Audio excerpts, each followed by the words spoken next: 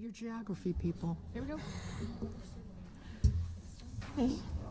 Is it time? Yep. It is time.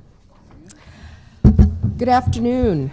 I'd like to call to order this regular meeting of the Lancaster County Planning Commission this February 18th, 2026. A printed agenda is available outside the hearing room, and a copy of the full agenda, including the staff reports, are available online at the Planning and Development Services Department, room 203. The Open Meetings Act is posted just inside the doors at the back of the room.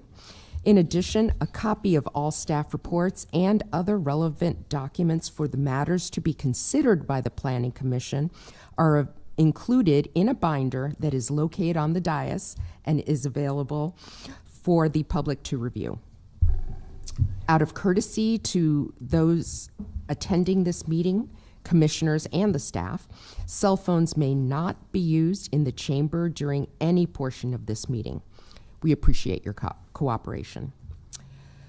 Please note that the Planning Commission action today is final on the following items: Special Permit 20014B and Special Permit 25033. Preliminary Plat 26001 is being deferred. Any aggrieved person may Public hearing. still, it's being removed, sorry, from consent, sorry. Any aggrieved person may appeal final action of the Planning Commission to the City Council or the County Board by filing a notice of appeal with the clerk within 14 days following the action of the Planning Commission. The Planning Commission action on all other items is a recommendation to the City Council or County Board. The first item of business is the approval of the minutes of the regular meeting held February 4th, 2026. I move to approve the minutes. Second, Edens. Ball, Abstain. Campbell, Yes. Cruz, Yes. Eber, Yes. Edens, Yes. Fight, Yes. Ryman Yost. Yes. Minutes approved.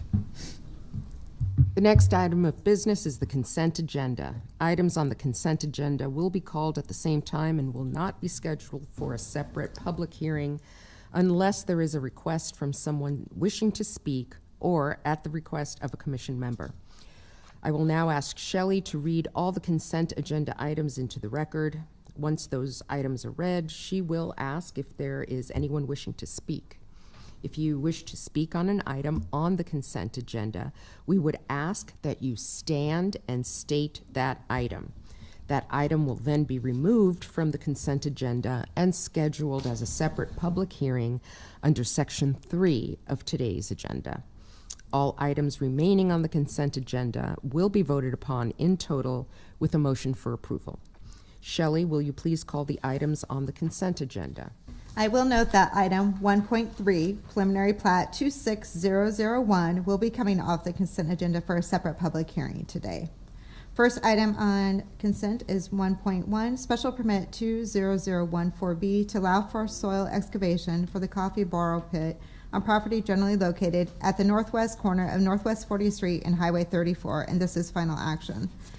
And item 1.2, special permit 25033 for Divine Oaks and AG Agricultural District CUP Community Unit Plan for 11 dwelling units on 136 acres with associated waivers on property generally located south of Highway 34 on the west side of South 148th Street, and this is also final action. And I will note a staff memo dated 2/17/26 was sent to Planning Commission members in which to revise condition 1.10 of the site-specific conditions for special permit 25033. Are there any ex parte communications to be disclosed on these items? Are there any ex parte communications that took place or additional information you learned while visiting these sites to be disclosed? Is there anyone here wishing to speak on these consent agenda items? We do not see anyone here that would like to speak on the consent agenda items. We would now entertain a motion on the consent agenda. I'd move that we approve the consent agenda. Second, Edens. Ball, Yes. Campbell, Yes. Ebert, Yes. Edens, Yes. Veit, Yes. Ryman Yost, Yes. Cruz. Yes. Consent agenda approved. We will now proceed to public hearings. Prior to staff making a brief presentation, each staff person should state their name, agency, and address. The applicant will then be requested to present their testimony, followed by those who wish to testify in support, followed by those who wish to testify in opposition. The staff will then be given an opportunity for rebuttal. If during your testimony you have copies of the documents or materials that you would like distributed to the Planning Commission members and/or included as part of the record, please provide them to the clerk. Each person testifying should state their name and address and shall have 5 minutes to speak unless additional time is requested and granted. The clerk will use the light system to help aid your timing for your testimony. The lights will appear on the monitors provided. The clerk will indicate when you have 1 minute remaining to wrap up your testimony. The red light indicates that your 5 minutes has expired. Once the final minute has elapsed, the clerk will indicate that your time is up. The Planning Commission will vote immediately at the close of the public hearing unless the commission votes to defer action or to continue the public hearing. Shelley, please call the first public hearing item. I will note too that Commissioner Ball has declared a conflict of interest on item 4.2, text amendment 26001, and will recuse himself for public hearing and will not vote on that item.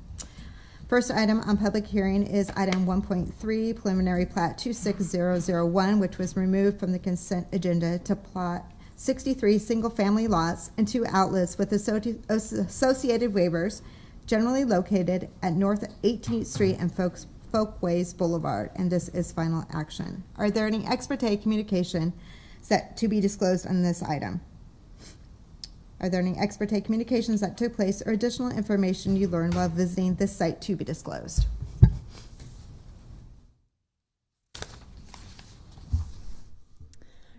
Good afternoon. Emma Martin, Planning and Development Services, 555 South 10th Street.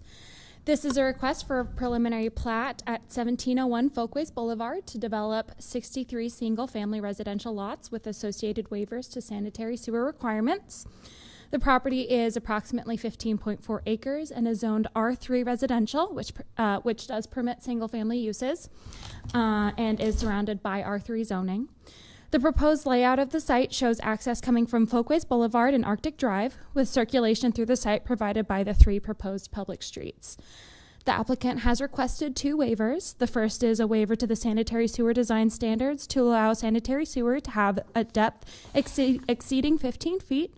The second is also a waiver to the sanitary sewer design standards and is a request to allow the sanitary sewer to run opposite of the street grade.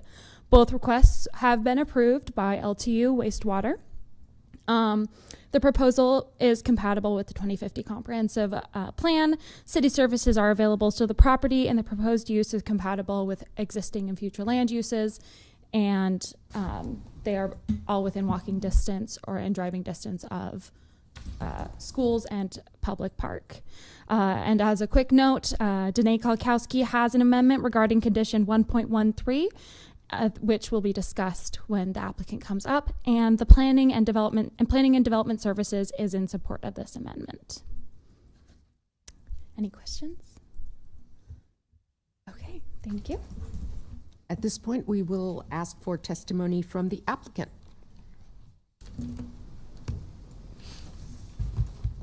Good afternoon, members of the Planning Commission. Danae Kalkowski, Seacrest and Kalkowski Law Firm, 1128 Lincoln Mall, Suite 105. Here today representing 1640, the developer of the property. They recently acquired this 15.4 acre site that's kind of in the middle of the North Hills neighborhood in a property exchange with LPS. So the site's obviously been sitting there for over 20 years, undeveloped, and it's a site that LPS did not end up needing. So we are requesting a preliminary plat for single-family lots, which are compatible with the single-family lots that surround the site. We were invited to attend, and we did attend a North Hills Owners Association meeting in November. They had a good turnout, and that gave us an opportunity. It was prior to submittal, but it gave us an opportunity to talk about what we were planning to do with the site. Neighbors had an opportunity to ask a lot of questions.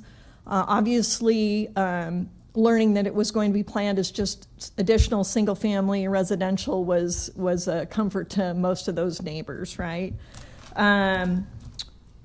They asked about drainage, and I think Emma moved her site, but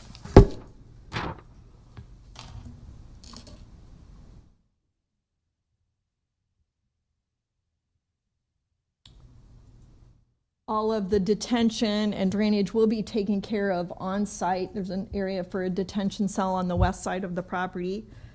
So we should be able to manage all of the runoff and water on the new site. They did ask if the developer would be willing to include these lots in their homeowners association, and so the developer is willing to do that. So we'll be putting covenants on these single-family lots that are very similar to the North Hills covenants, and then these lots will become part of that association, so part of the neighborhood.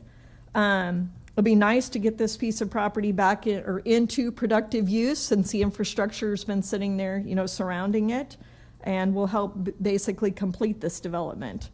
And I say it's like a full service or a full circle moment because I got to work on the original North Hills development like back in 2020. So just a couple years ago on that one. We are requesting an amendment to staff condition 1.1.3. Oh, thank you.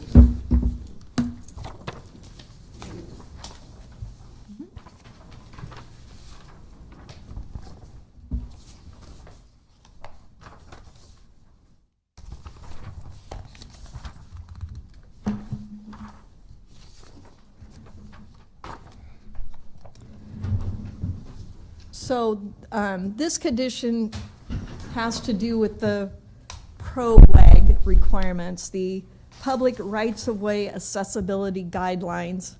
There are new guidelines that are coming into play, and so there's some question about interpretation of those guidelines and what can be required for a development, especially when you're coming into an existing environment where there's already, completed development around and outside of the preliminary plat. So all this note does all this amendment does is add a note that we will be addressing the PROAG requirements prior to final plat. There's some additional conversation going on with the city attorney's office, LTU, and planning to just verify what those specific requirements are as they relate to preliminary plats. So that just gives us a little time to work through that without delaying the approval process. I think with that, I'm happy to answer any questions, but we're asking for your approval, subject to all the staff conditions with just the amendment to the 1.1.3.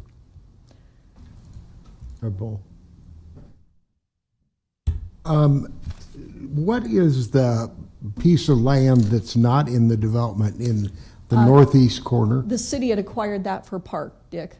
Oh, okay. Yep. They acquired that from LPS before it was transferred Thank you. to 1640. Great. One. All righty. At this time, we will welcome any testimony in support.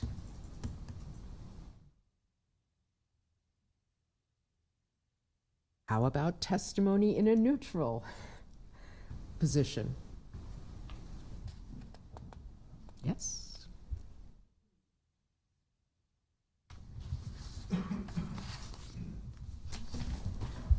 My name is Joan Spiker Simpson. I live in a house directly across the street from the development on Folkways. That address, please. I'm at 1634 Folkways Boulevard. Thank you. And I've never done this before, and so I'm nervous, and so I'm going to read what I brought today. Yes, I live across the empty lot where the public schools owned it before, and I'm happy that I and I'm sure all my neighbors are happy that it's being developed as a single-family housing instead of apartments or something that's going to make it more congested than it already is. I'm contacting you not so much to fight the plan, but just to make the committee aware of my concerns and hopefully get some reassurances.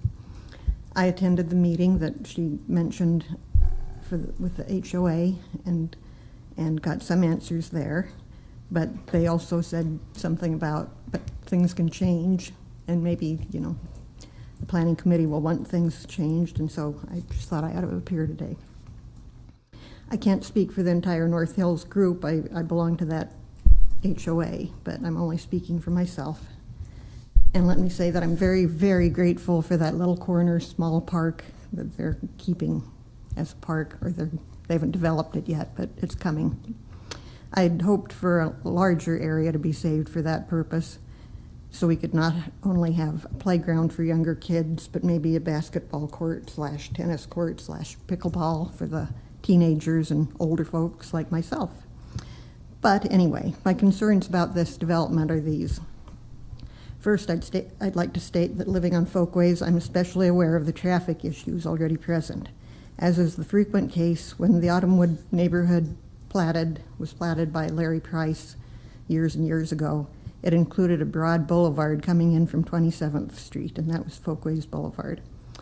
But as other developers began to plat the area, Folkways became as narrow as all the side streets that don't have that extra traffic to carry.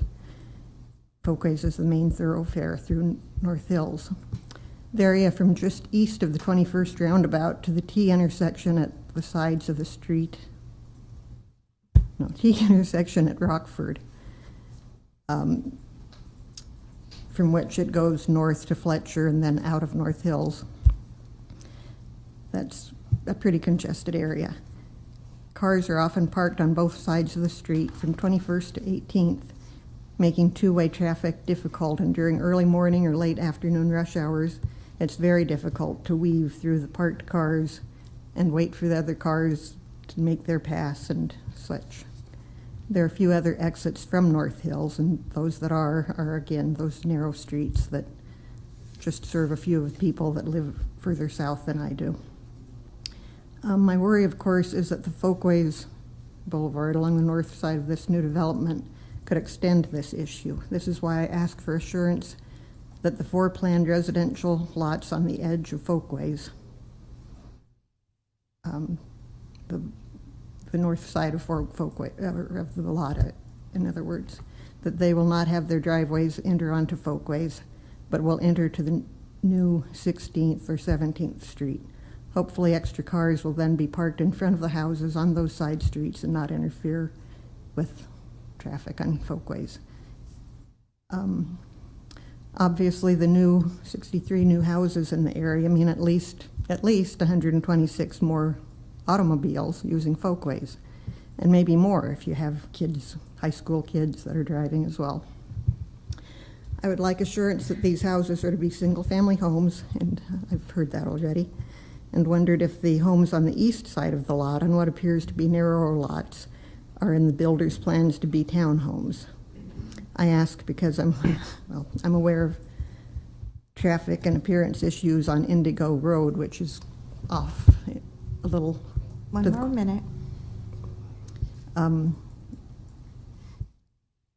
Because Indigo Road comes into North Hills from 14th Street and is a 2-block road there with probably 20 duplexes built on each side, or well, 10 or so on each side.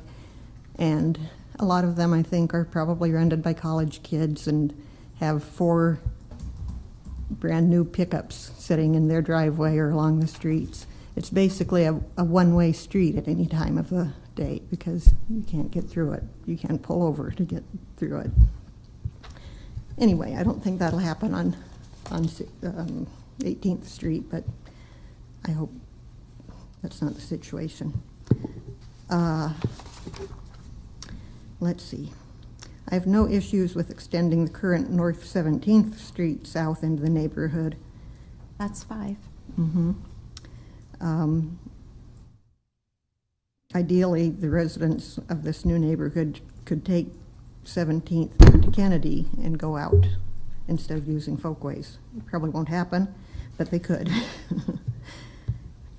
Otherwise, 120 plus cars are going to pour onto Folkways and make it all busier. I would, okay. On North 16th Street, I'd prefer it ended in a cul-de-sac and didn't empty into Folkways, but I think that's probably wishful thinking. But consider it. I guess I'm asking you to consider it. Or if not a cul-de-sac, just a dead end where, you know, maybe there's a space to back up your car and turn around the other way. That's time. Okay. Well, thank you for your time. Thank you. Is there anyone who would like to give testimony in opposition at this time? All right, time for staff questions. Yeah.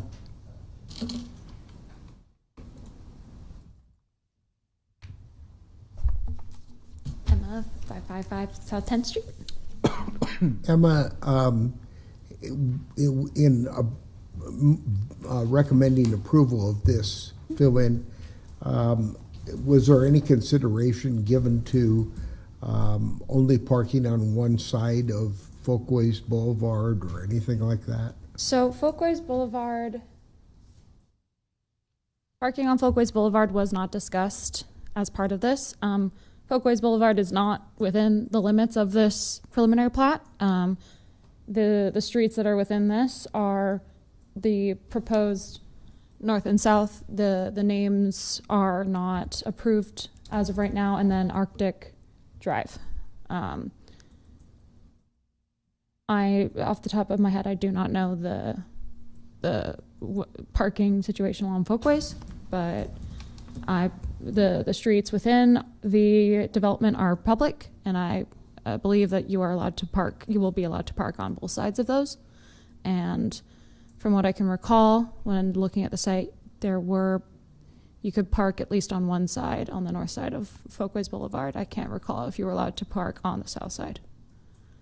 Thank you. And Emma, these would be single-family lots, therefore you would think or assume that there would be a driveway associated? There are driveways. The driveways are not onto Folkways Boulevard. Mm-hmm. As you can see, they're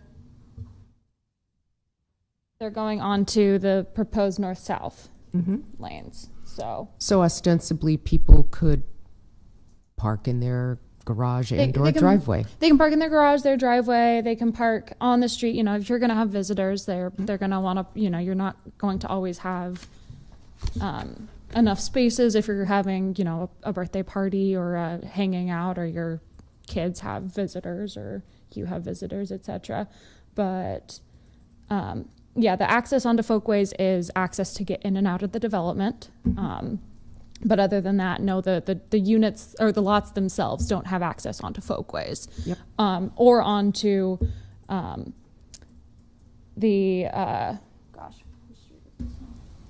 onto North 16th. Not North 16th. Apologies. 18th. North 18th. Sorry, I should be able to count.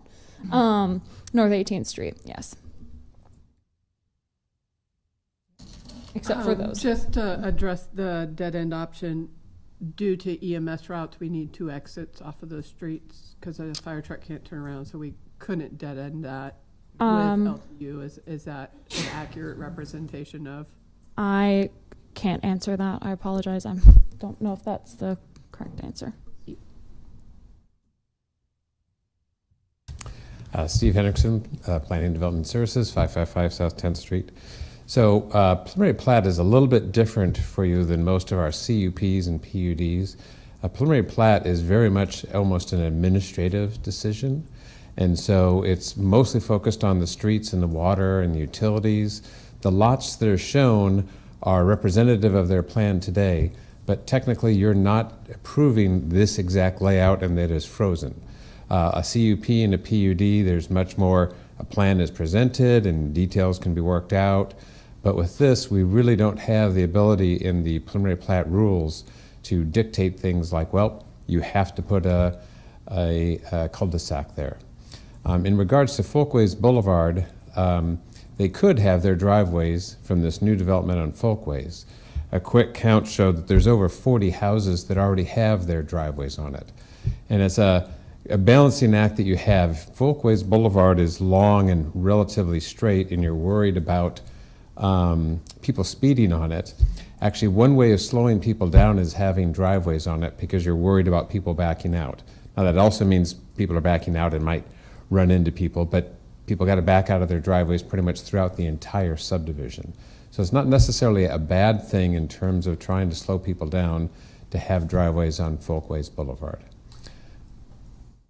As planning commission, or as planning department, though, a road, you typically don't want a road in a dead end. You want it to go through for EMS. Is that accurate?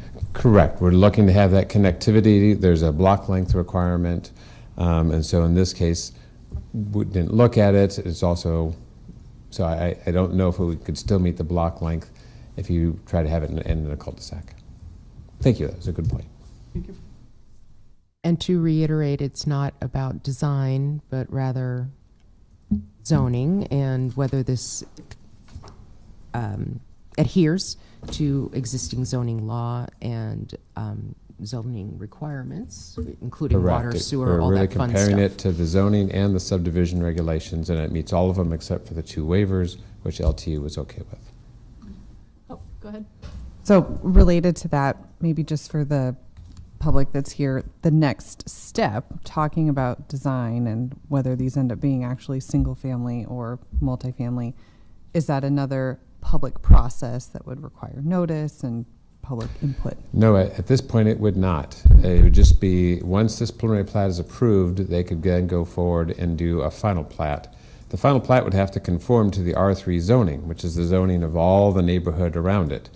But if they decided, you know what, we want to have 2 townhome lots, they would have the legal right to do that. They couldn't do a multifamily, they couldn't do a 4-plex, they couldn't do anything. But right now, a single family or 2 family units are allowed under the zoning throughout the entire neighborhood, and so they could do that here. They're showing their intention to do single family, but this approval doesn't limit them to that use.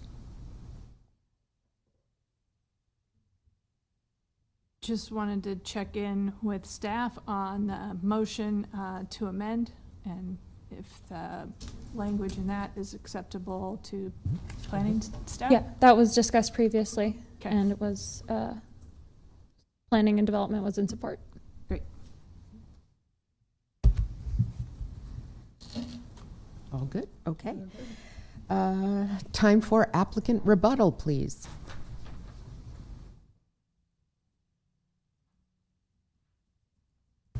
Danae Kalkowski. I don't have a lot to add other than to just, we knew there would be sensitivity to additional traffic back in the neighborhood, I think, which is one of the reasons why they decided to leave it with the single family, residential, and not do anything else that would be putting additional traffic out onto the neighborhood roads. So it's just, there will be additional traffic, but there'll be additional streets that come through here and 2 or 3 ways to get out. So just really typical single family, residential development.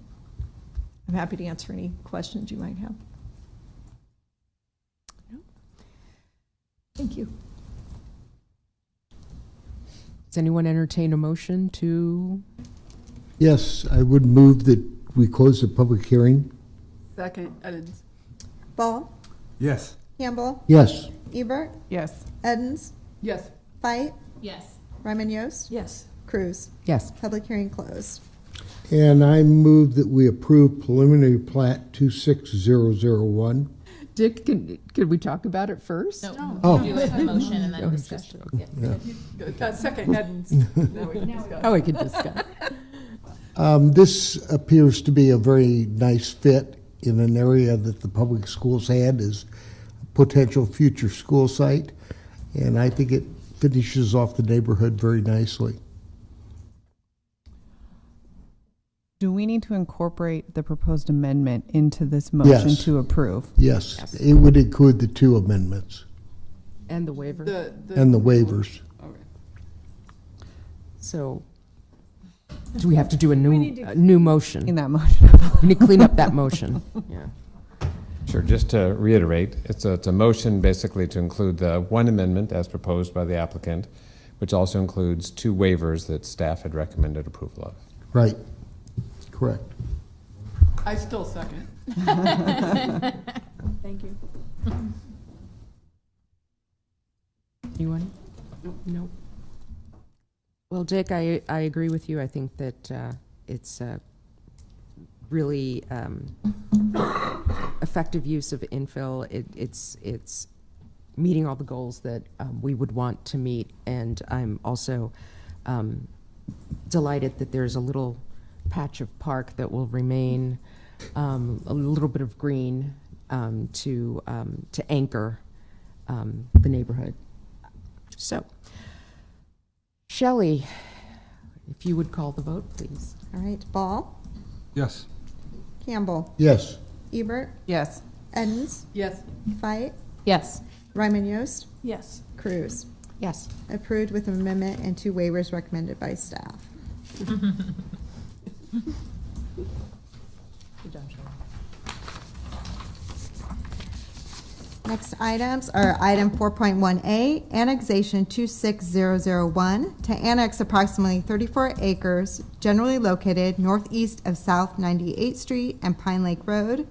Associated with item 4.1B, change of zone 26001, Red Tail Heights planned unit development for a change of zone on approximately 34 acres from AG agricultural to R3 PUD on property generally located northeast of South 98th Street and Pine Lake Road with associated waivers. Are there any ex parte communications to be disclosed in these items? Are there any ex parte communications that took place or additional information you learned while visiting this site to be disclosed? Good afternoon, Jacob Schlengi, Planning and Development Services Department, 555 South 10th Street. The two applications that I'm discussing with you today are a combined request for annexation and change of zone, which is the creation of the Red Tail Heights PUD. So the application area for both the annexation and the change of zone is shown here. It's approximately 34 acres. This is the first phase of a larger PUD. So the application included the site plans and all of the documents for the entire PUD. And just to give you a sense of the scale and the phasing, I know that's so phase 1 is the application area that's shown there along 98th Street. The application area, is the PUD is generally located at South 98th Street and Pine Lake. This PUD would ultimately, when it is built out to completion, would have a total of 155 acres as well as 679 dwelling units, including a mix of single-family detached, single-family attached, and multifamily dwellings, as well as 60,000 square feet of commercial floor area. This application is going to include, as part of the annexation agreement, some developments or improvements along South 98th Street and along Pine Lake Road. The improvements at at Napa Ridge and at Vine Cliff are still being ironed out with LTU in terms of precisely what those geometries will look at those intersections. But there are also improvements at South 100th Street, right there, which would be a westbound right turn lane, and 102nd and Pine Lake Road right there, which would include westbound right turn lane and eastbound left turn lane. In terms of the future land use for this area, it is shown as urban density residential, so the PUD is appropriate in this location. The underlying zoning that's proposed over the entire PUD is R3, but there will be a mix of zoning areas within the PUD, including R3, RT, as well as B2 neighborhood district. In this particular application area, just to give you a sense, the area along 98th Street would be following the RT zoning requirements, and the rest with the single-family attached lots and single-family detached lots would follow the R3 zoning requirements. And again, this is just phase one. This particular PUD is the first development to use the city's new pump station ordinance, and so they will be using that to provide sanitary sewer as the PUD develops. That policy, of course, was approved in late 2025. There's a few things that I want to call out that are associated with that pump station ordinance in terms of requirements of the PUD, and all of these are things that do align with the comprehensive plan. So one element of that is that the PUD has to provide at least 10% of its lots with less than 4,000 square feet of lot area. The idea being that it would provide more variety in terms of housing types and some more affordable options as well. So 10% of the overall PUD at that 4,000 or less lot area calculates out to 40 lots. Currently, the plan that was submitted shows 54 lots that are smaller than that 4,000 lot area. One of the waivers to the PUD is necessary in terms of reducing the minimum lot area in this zoning district because they are meeting that requirement that is part of the pump station ordinance. Another thing that's required by the pump station ordinance is that accessory dwelling units or ADUs be permitted on all lots. And so that is the case here with the PUD. Currently in the R1 through R4 zoning district, ADUs are a conditional use. These lots would not be required to meet those conditions, but there is a condition that's listed in the PUD that these ADUs would be permitted no larger than 60% of the main house in terms of their floor area. The last thing that I was going to call out in terms of the overall site plan is the location. The location of a future bike trail that will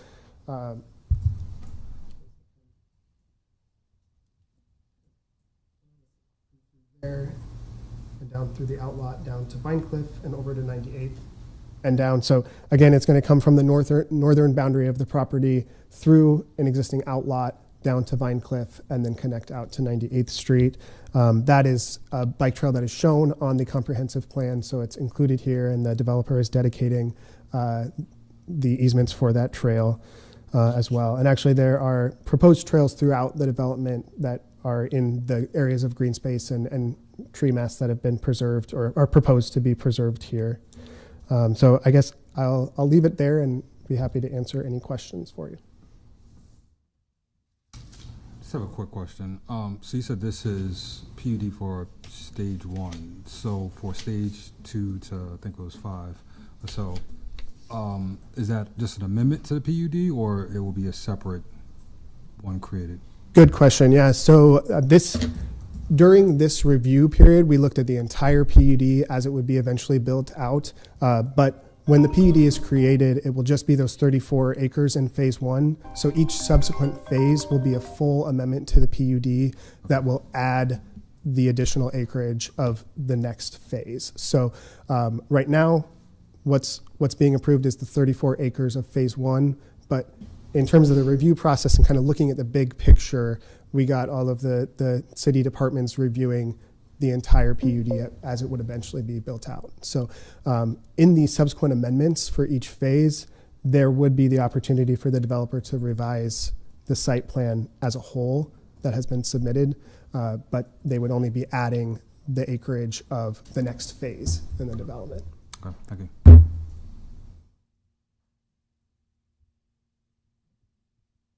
The questions? Nope. All right. Thank you. Testimony from the applicant, please. Good afternoon, Danae Kalkowski, 1128 Lincoln Mall, Suite 105, appearing today on behalf of Red Tail Heights LLC and... Good afternoon, Mark Palmer with Olson Associates, and also assisting with the management of the development of the Red Tail Heights development. I have to scan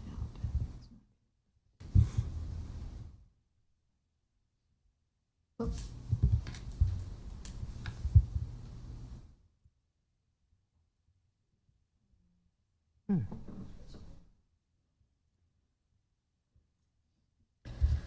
We're back before you again regarding the northeast corner at 98th and Pine Lake Road.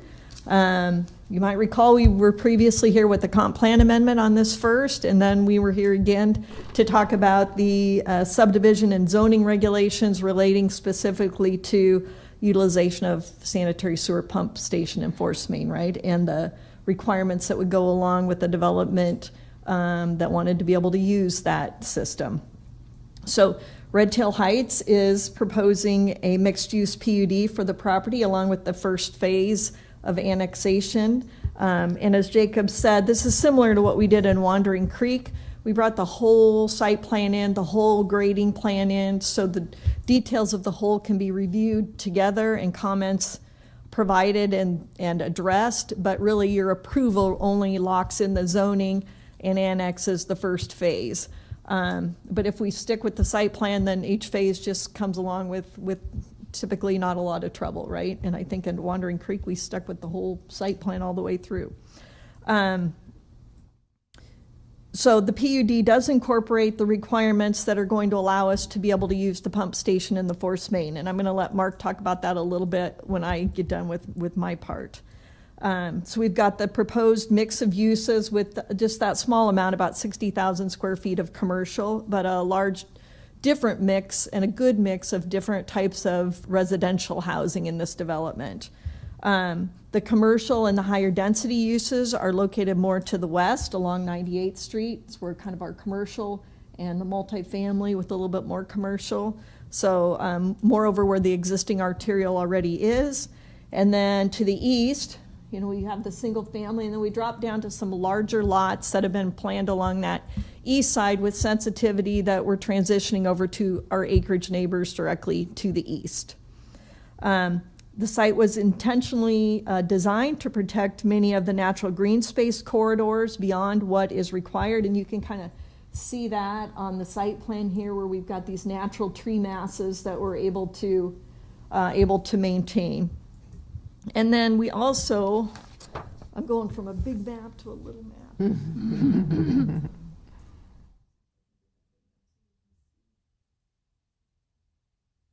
You can kind of see the blue lines on there. I just wanted to show, besides the trail, the future city trail, this developer is also planning additional walkways and sidewalk connectivity through the development, and that's intentional on this one because they're really trying to create a neighborhood that has some really nice green spaces, some walkways through those green spaces that neighbors can get out and enjoy, and then obviously lots of nice crossings so you have accessibility to get to these walking trails throughout the development. We did hold a neighborhood meeting in January before we submitted.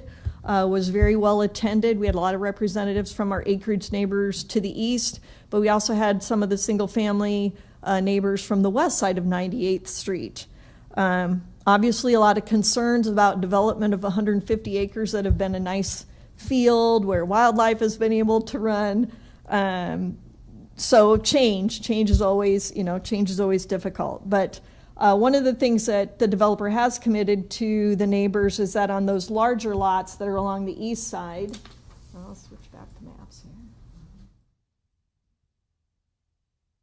Can't see it real great on there, but there's existing tree mass kind of along the back of those lots.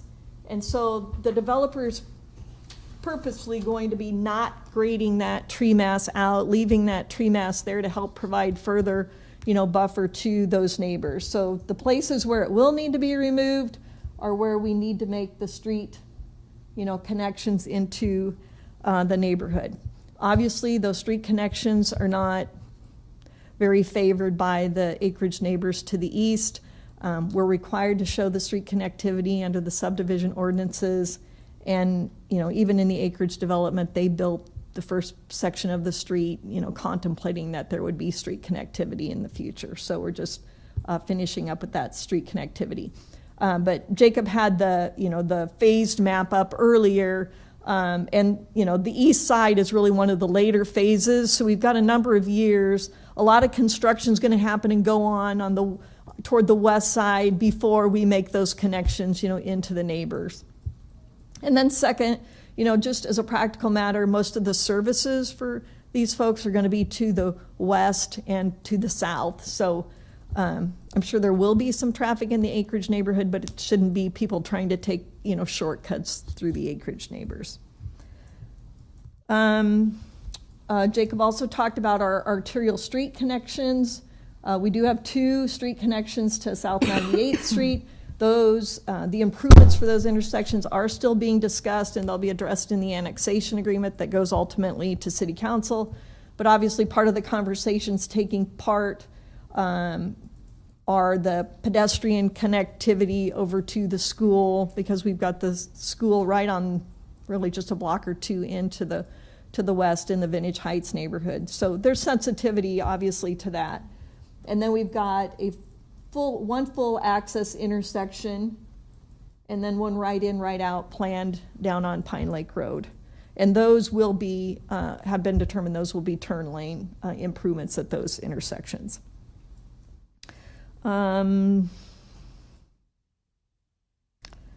think now I'm going to turn it over to Mark and let him talk maybe just a little bit more about some of the special conditions we're meeting with respect to this development to allow, the pump station and force main use. Thanks, Danae. And the grayish lots here are the 4,000 square foot lots that Jacob mentioned. And we've been working with, this is basically the same development team that did Wandering Creek up on Van Dorn and west of 98th Street. And we do have Roger Baumgartner with Ironwood Builders, who's one of the main builders at Wandering Creek. He's been assisting us with planning for these lots. What we're looking at is that this is going to be high-quality houses, small houses up to the larger houses, but we want higher quality. So for those empty nesters, those that are looking to downsize, that there is a spot for you, which we think is really going to go over well here in this part of town. So the 4,000 square foot lots are one of the lot types, along with some row homes. Roger will show an example of an RT area, which is 91st and Van Dorn Street up in Wandering Creek. And then a mixture of smaller to larger single-family lots as we head eastward. And one of the fun things that we think is really going to be unique about this development is the massive preservation of the trees. And also we want to utilize those and to have some, whether it's, we're looking at the bike trail is planned to come through in this area, but we're also looking to kind of try and link the apartment area back up through everywhere else. And we're looking at, there'll be a trail, we're looking at a community park, it will be a neighborhood park through here, but there'll be some kind of walking path. It's not going to be a bike trail, but it will be a trail that can be utilized to where there's somewhat of a loop that you can go internal to the neighborhood that will also have connectivity out to 98th Street in different locations. So really wanting to utilize those open spaces and make them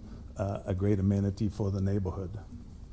In terms of the density, Jacob mentioned that there's the requirements for the lift station of 5 dwelling units per acre. So I think we're at 670 lots of that, 639, sorry, and of that we've got looking at about 275 apartment units. We have our 40 small 4,000 square foot lots, and then the rest of the development will be single family lots to meet that density requirement. I think that's about it. Yeah, I think we're happy to answer any questions if you have now, and then when we're done, we'll let Roger come up and tell you a little bit more about what he's planning on some of those smaller lots.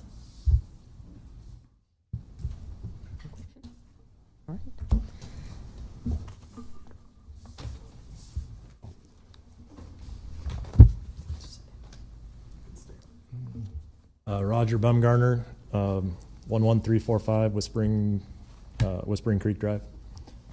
I am the builder for most of the neighborhood. Just like Wandering Creek, we kind of partnered with Mark and the development team I do most of the building under my 2 companies, Ironwood Builders and Element Homes. I have in Wandering Creek and probably will in Red Tail not hire, but sell lots to a few other builders that I kind of choose and work with and stay in control of. So that's kind of my role in the development. There's 3 main areas that you're kind of looking at on that map. There's a RT portion, which is along 98th Street.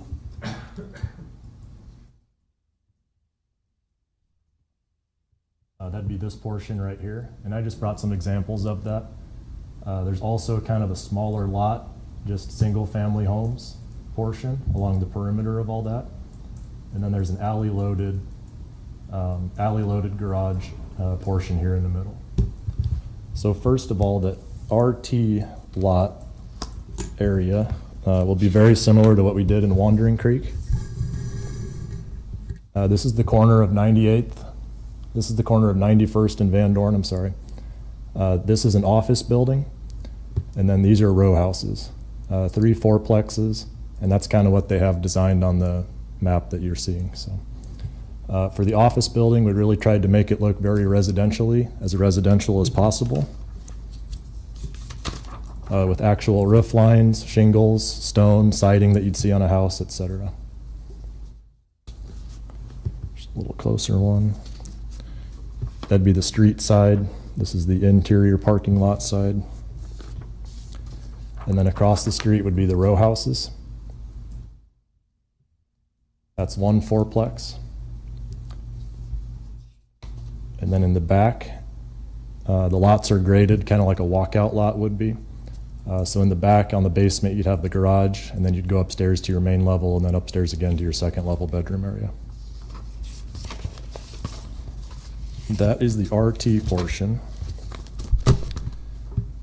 The alley loaded units.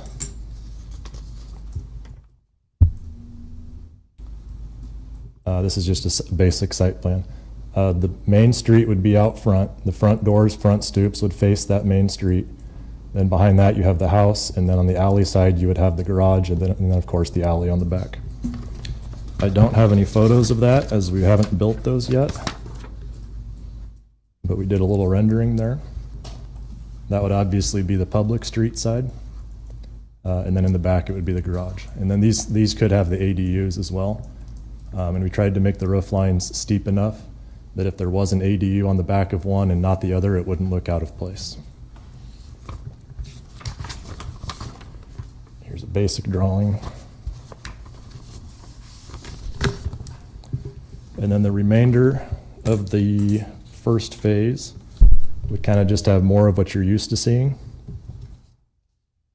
Just a single family front load garage. There's some 2-stall, some 3-stall options. They're about 1,450 square feet, at least on our preliminary designs. And here's a real life example in Wandering Creek that we've done. Same thing, different roof line. So those are the 3 areas. We will focus on using quality materials, really trying to pack as much value into the home and quality as possible while still maintaining a affordable price point. I'd just like to add, when Roger mentioned the alley product, that alley product would also be utilized for those 54 lots. There was also another section of those. It's not in phase 1, but it will be in this central area to the south. And when we reference those, there's a number of developments around town that have them. Village Gardens has them. One area that we found was down at South 16th Street, and it's Cody Lane, I think, and just northeast of 14th and Yankee Hole Road. But there's an alley loaded product between these. It's, I think, the office complex that Rick Kruger did, and there's very similar style of house down there. Smaller houses, alley loaded, and it's a pretty neat little area. So it's what we're looking to replicate over here at Red Tail. Had any questions?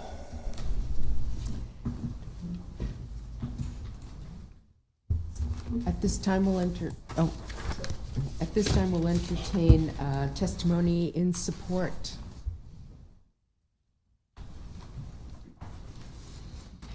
Testimony in a neutral position? Testimony in opposition?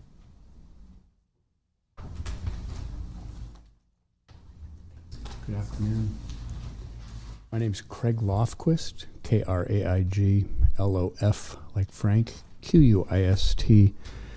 I live at 9719 Chateau Circle, right here in wonderful Lincoln, Nebraska, 68526. I would characterize my situation as sometimes I'm 2 steps behind trying to make it 1. I'm 3 steps behind trying to make it 2. I knew of the work that had been going on, and then I received this letter on Friday. So I called Jacob, and he called me back yesterday. He's very kind, very professional. I'd like to recognize that. And so I looked over the plans, talked to some of my neighbors.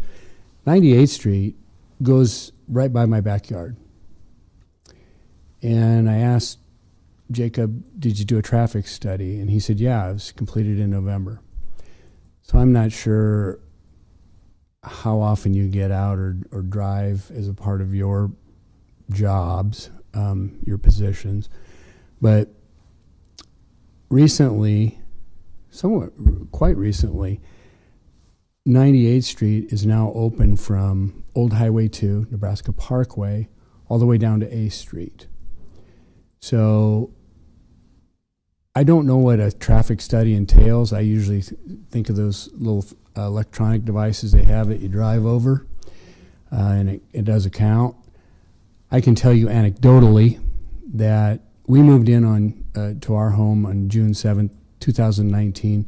Traffic has increased considerably, and now traffic has increased even more since it's been opened. They paved from Old Cheney all the way down to A Street. So my request would be to at least speak with somebody with that and what the traffic study entails. And I can tell you, I'm not God, believe it or not, but there's going to be traffic problems. You're talking about putting in a business, which this is I'm all for that. But the traffic flow is going to be it's going to create congestion. I used to work in Omaha. I would drive out of my neighborhood. You really have to pay attention when you leave Napa Ridge and you get down to Old Cheney. In Old Cheney, there's a back way out of town. You end up going on the highway to Eagle.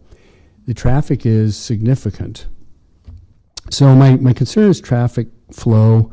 It's only going to grow. I learned in my position as a school administrator that there's never time to do things over, or excuse me, there's never time to do things right, but there always seems to be time to do things over. I worked closely with planning and evaluation for 7 years at Millard Public Schools. At one point, when they would put up new subdivisions, we knew that in every household there was 1.14 students. What's going to happen from this new subdivision, they're going to do cut across traffic into where Clefcorn Elementary is located. Right now it's a large school. My kids went to that school, and they can add on to that, but the traffic is going to become more intense right through those neighborhoods in the cut-through traffic.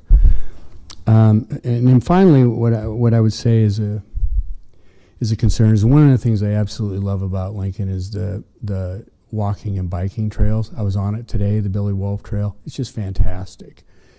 There are places where you have to cross that are dangerous. This, I think, would create one of them. There's a trail that starts right at Clefcorn Elementary, and you can go all the way down to Devaney, and you can keep going. But you do have to cross some major intersections. 1 minute, okay, thank you. And I would respectfully ask that be done to where it would create minimum disruption for those that are walkers, bikers, or runners. I'd take questions if you have them, and thank you so much for your time. Thank you. And thank you for submitting your letter.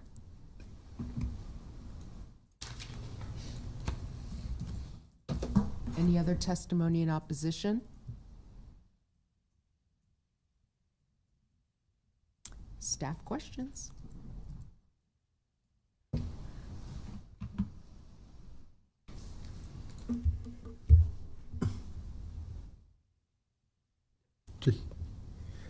Jacob, was there any discussion with LTU about doing an underpass on that street to move bicycle and pedestrian traffic? So there was no discussion about an underpass. As I indicated before, the discussions about the improvements that would be located at Vine Cliff and at Napa Ridge have been ongoing and have been informed by the traffic study that the applicant submitted.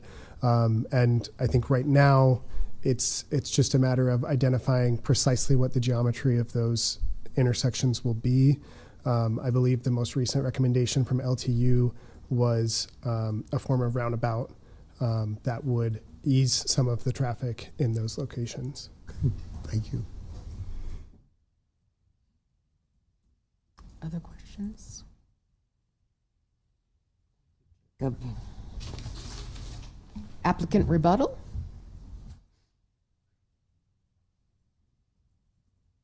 I think I would just make a couple brief comments. So the traffic study that was submitted to the city was completed after those roadway sections, those new roadway sections of 98th Street were open, so that would be taken into account in the traffic study. And as Jacob said, there's still continuing conversations going on about what works best. These are complicated because we have built environment already at these intersections on the west side with homes that are very close and have their backyards right there at the intersection. And then obviously new development on the east. We've got a school that's located just basically 2 blocks or a block and a half off of an arterial, which really pushes a lot of traffic, school traffic out onto that 98th Street arterial. So all of these things and the pedestrian crossing of children and bicyclists, all that's being taken into account, I think, in these discussions between the applicant and LTU in determining, what's the best solution, what's the solution we can afford, and, puts us in the best position for the future. And those, we don't have the answers quite yet. We're still working on that. And I'm sure the city will ensure that we've got the best thing in place that we can put in place for what we can afford. And we'd be happy, any Mark or I either, with any questions. Dick? Is it not correct you'd have to come back for a permit besides the change of zone in the annexation? No, because as long as we're developing in accordance with the PUD, that PUD acts like a preliminary plat. It's a change of zone, Dick, but it acts already like your special permit or your preliminary plat with the site plan details. Okay, thank you. Mm-hmm. Great, thank you. Thank you. Motion? I would move that we close the public hearing. Second, Edens. Ball, Yes. Campbell, Yes. Ebert, Yes. Edens, Yes. Fight, Yes. Ryman Yost, Yes. Cruz. Yes. Public hearing closed. And I would move that we approve annexation 26001. Second, Edens. So we'll take these separately, discuss amongst ourselves. So do we want to discuss both at the same time or do them Yeah. discuss separately as well? Yeah. Together. Discuss. Can I talk now? You already I'm were, not gonna Gloria. stop you. Interrupted, I'm so sorry. Never going to stop you. I think this is an obvious use. This is coming down the pipeline as we continue to move south. I understand neighbors that have lived there for some time concerns, and I think we will have some traffic issues on 98th, and getting those kids safely to school is going to be a hurdle that is going to take some forethought, and I hope you guys figure out a safe way to do that with raising a lot of children along busy intersections. There's one comment I just want to make because I need to put it on the right, just to say it. You're talking those 4,000 square foot lots, which I'm really excited to see some smaller, and you talked about people who are aging, downsizing. Just look at making those homes accessible. If that way they buy it once and they can age in place, and I'd just be amiss not to say it out loud.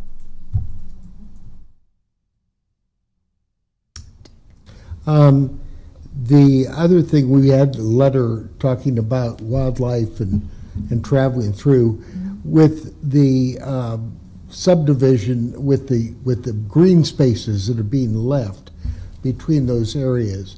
As we did in Village Gardens and Fox Hollow further north, there's plenty of wildlife that live in those areas, from the fox and the deer and the others, which we see almost on a daily basis in our area. So I think they've given sufficient room for the wildlife to move through.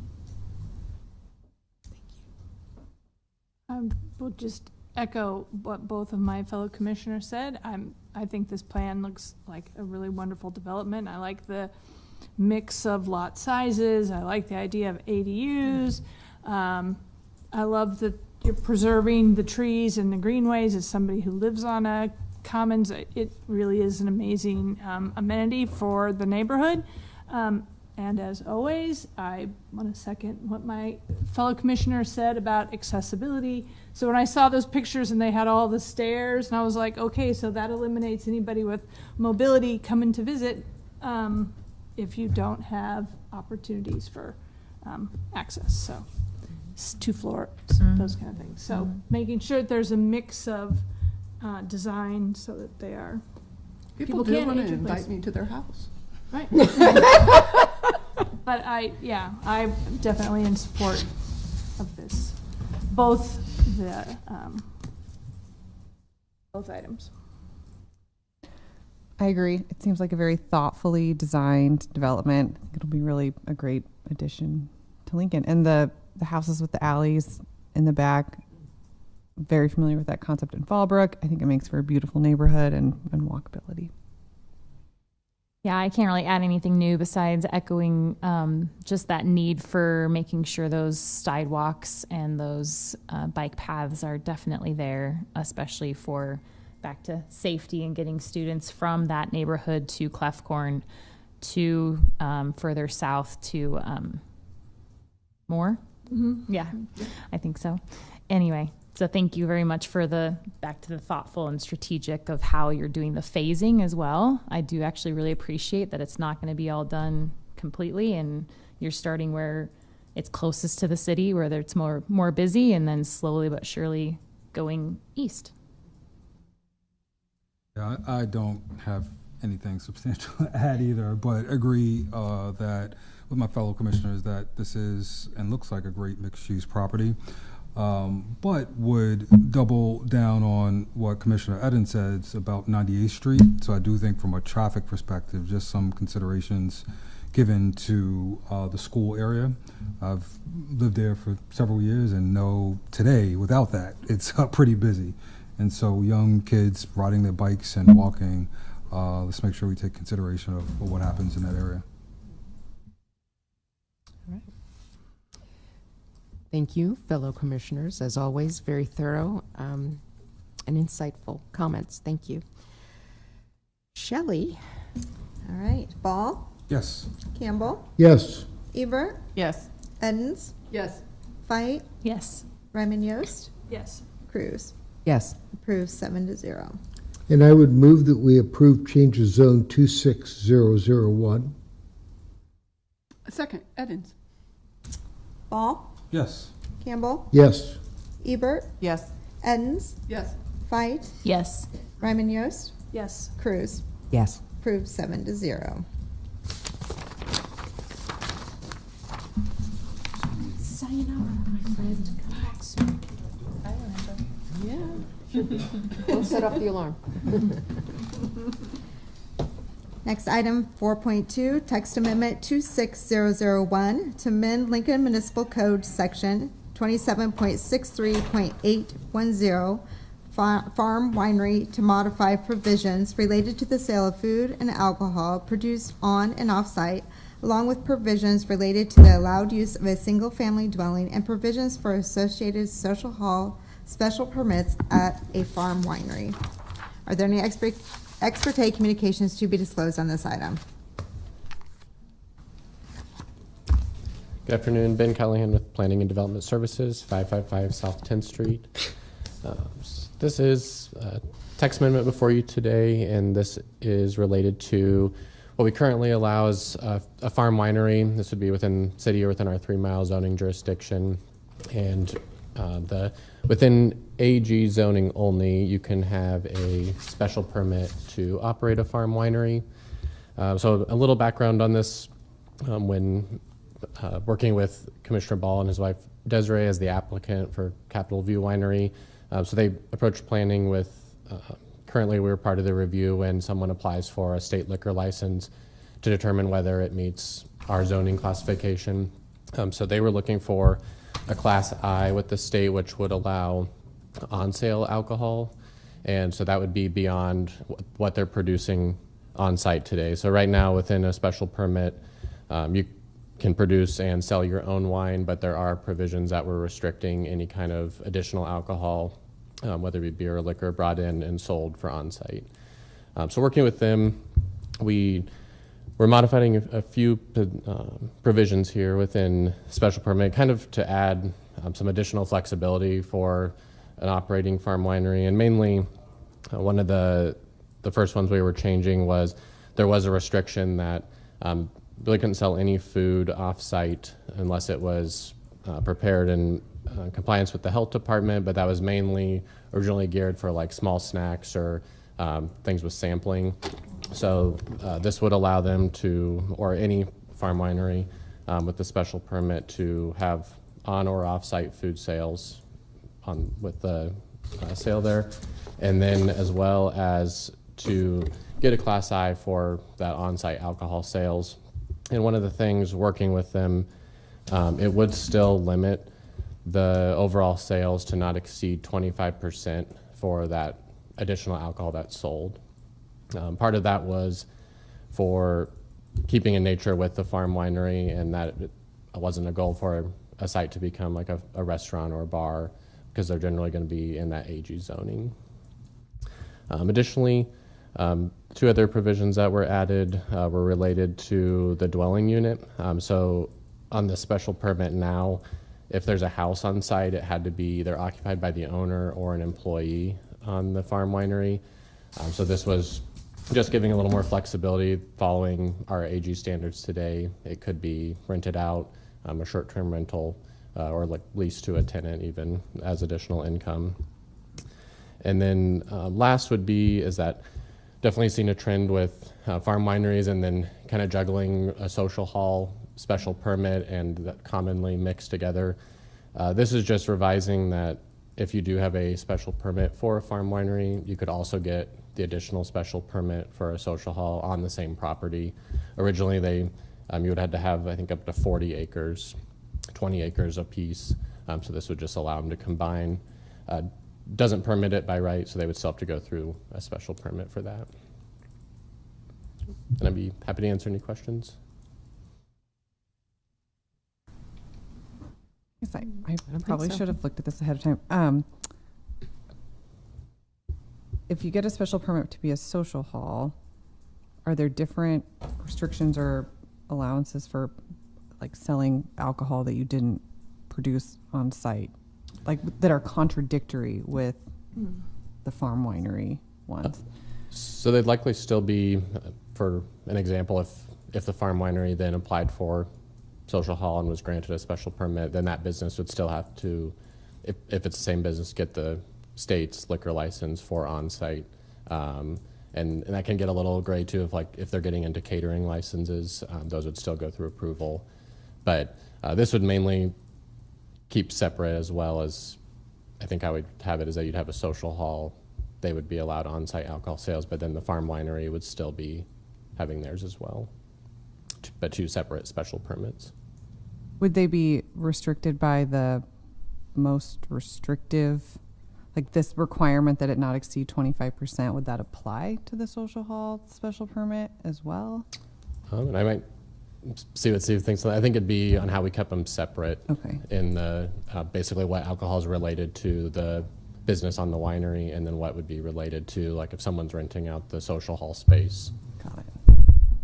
Steve Hendrickson, Planning and Development Services. So yes, I think you could keep any restrictions. There's no restrictions on social hall because that's your main event. So you would, I think, as you came forward with that, since it's not mentioned in the farm winery, then you would just count it as something separate. I'd also note that the social hall in our AG district does require that the residence be used as the main residence of the operator. And so that's for all the social halls. So on the farm winery, we're more permissive, but if you're going to have a social hall, you have to live there on site.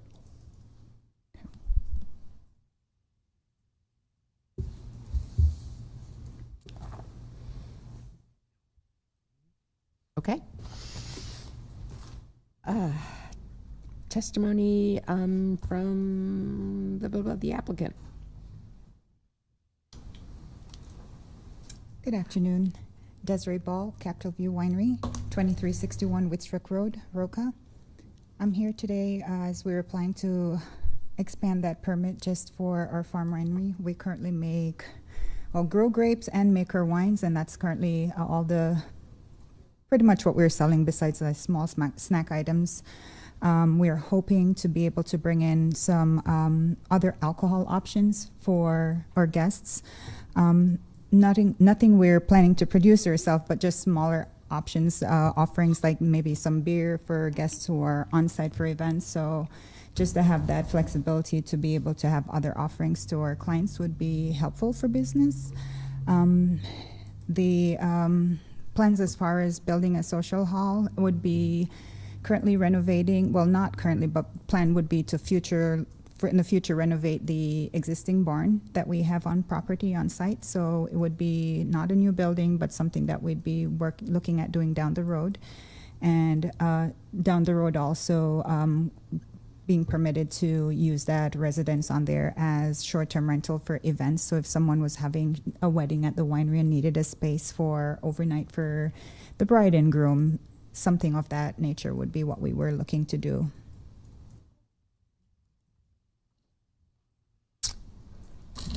Good. Any questions for me regarding? I have no questions. No? Perfect. All right. At this time, we'll entertain testimony in support. Neutral testimony? Testimony in opposition? Staff questions? There we go. So just to clarify, kind of what Steve said at the end about social hall permits not allowing a short-term rental. Am I understanding that if you have a residence on site and you have a special permit for a social hall, you could not do a short-term rental? Correct, with a social hall. So yeah, it's worth noting that what you're looking at today for this item, so this is only farm winery, so this wouldn't change any of the provisions jumping over to a special permit for a social hall. The main mentioning is just we're allowing this farm winery special permit on the same property, but they would still have to meet the separate provisions for that social hall, which would require the owner to live on site for that, how it's currently in the code. So the owner would be required to live on site.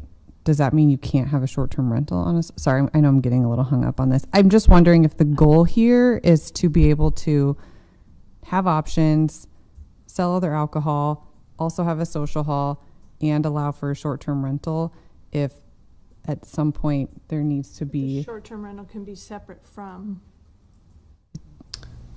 right? That's, yeah, and I think for what's in front of us today with just the farm winery, this is providing flexibility in that they wouldn't have a social hall on site today, for example, but could rent a house out for additional income or as a rental if the owner then pursued to do the special permit for social hall, and so they'd have to meet those conditions, or that would require an amendment to the social hall text before. Okay. That's kind of what I was getting at, is that if that's what people are wanting to do at some point in time, there might need to be a proposal to look at the social hall ordinances as well. So the way you would do it is if you had a social hall, it does require that the operator live on the residence on site. A short-term rental can be short-term rental of bedrooms or a part of a house. So if you had a large house that you lived in, you could still have short-term rentals. You'd be short-term renting a portion of the house. Because we still have the requirement of one dwelling unit per 20 acres. So if you only had 20 acres, you would only be allowed to technically have one dwelling unit. If you're just a farm winery, you could have the whole thing out as a short-term rental. I would also note there are other provisions of the social hall that you'd have to meet, one of which is you have to be on a paved road. And that goes to that often with a social hall, you have a very high volume of traffic and there's often late at night. And so that's been a requirement for social halls, is you have to be on the paved road, even though that's not necessarily one for farm winery. But we think you can check all the boxes of both. You may have to change a little bit on how you operate the farm winery, so you could also do the social hall. Got it.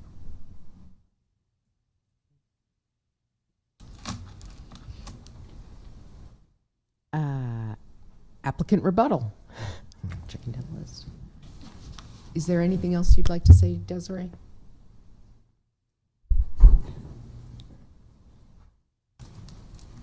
No, just at this time, whatever plans we are having, I'm living there, so I think we'd meet the requirements in any case with having someone living on site, so that's just all I'd like to add at this time.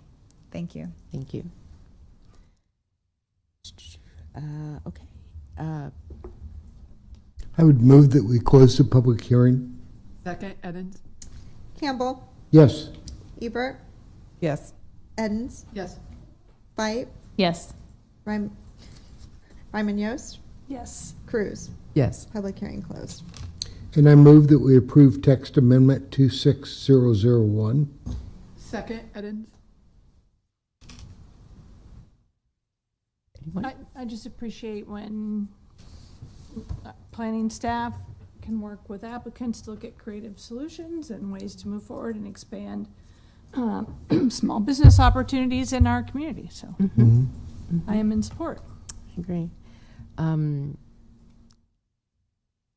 I think that this is an interesting hybrid model, and I appreciate that the entrepreneurs that have taken over this winery have really contributed to the community. It's quite a popular place, but it's also important that we not stifle that entrepreneurial spirit and allow people to have the opportunity to expand that. It's situated in a lovely part of Lincoln, Lancaster County, and I think it would be just a lovely space for them to continue to develop. So I'm in full favor of it. Shall we? Shelley? Right, Campbell, Yes. Ebert, Yes. Edens, Yes. Fight, Yes. Ryman Yost, Yes. Cruz. Yes. Approved 6-0. All right, well, at this time, if there is anyone who wishes to speak on an item that is not on the agenda, you may do so. All right, then. Seeing none, I move we adjourn. Second, Edens? Campbell, Yes. Ebert, Yes. Edens, Yes. Fight, Yes. Ryman Yost, Yes. Cruz. Yes. We are adjourned.